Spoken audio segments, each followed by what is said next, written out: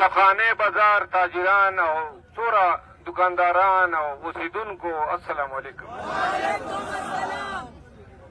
په دې بازارونو کې خصوصا د کیسهخانې بازار کې د ماشوموالی را یادېږي. دلته وروسته یو بازار و چې اوس به یي که نه به یي خو دا غلا مال به پکې میلاوېده. کباړي بازار خو بهرحال موږ به پکې هر وخت تپېدلو. دا لارې خبره عاطف علیم خان وکړه راته، نو زه څنګه دا خبرې بندې کړم او ګاډي کې کښېنم نو زه به سی سی پي صاحب سره خبره کوم چې دا ولې بند ده.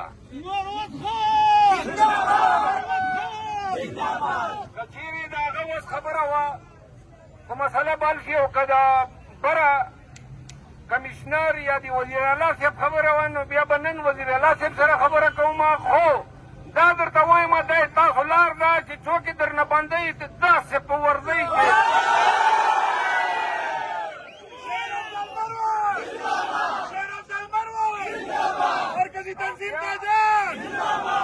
دا کیسهخانې بازار چا بند کړی دی؟ په تاریخ کې چا نه دی بند کړی.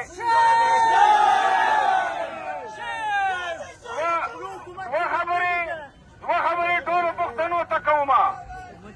د 8 سپتمبر ته د دې خان د رعایي دپاره مونږ جلسه ده په اسلام آباد کې.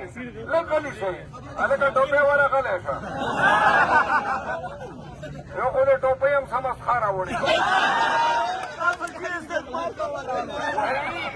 وایي تا په کار ده چېرې سبا ټوپۍ لاړه کوم به په کار کړي. 8 سپتمبر ته د خان د رعایي دپاره مونږ جلسه ده. خو خلکو دی خو موږ نه دا هم ټوکې ټکلې راپسې کوي چې دا جلسه هم نه کوي. موږ 9 مهینه بعده تر خیبر نه واخله تر کراچۍ تر میرپور خاص پورې 80 جلسې مې وکړې. په خدای که چېرته مې درخواست چاته ور وړېږي اجازت راکړه.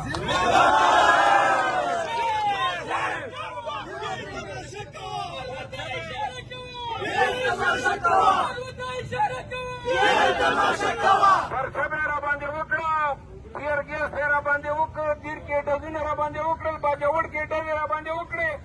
خو نه مو جلسه 1 ګنټه تاخیر سره شروع کړې ده او نه مو جلسه پخوا کړې وه. دا 8 تاریخ جلسې دا ټوکو ته ځکه نیغ شو چې 23 مارچ جلسه مو 8 سپتمبر ته راورسېده. دا جلسه خو به کوو چې کومه خبره تاسو ته کوم او واورئ.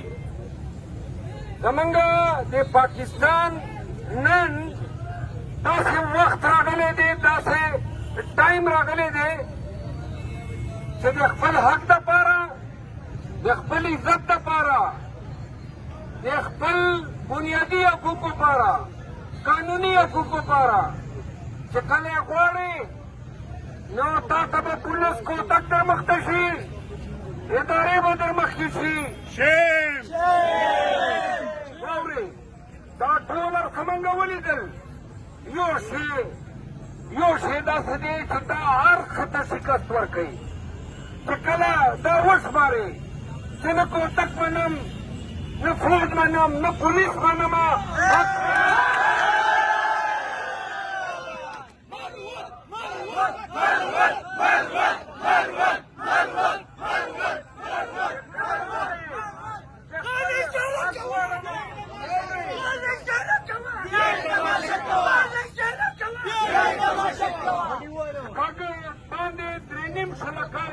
पाकिस्तान जोड़ दे और मंगला वायु सेना सेक्टर से गुजर रहा है.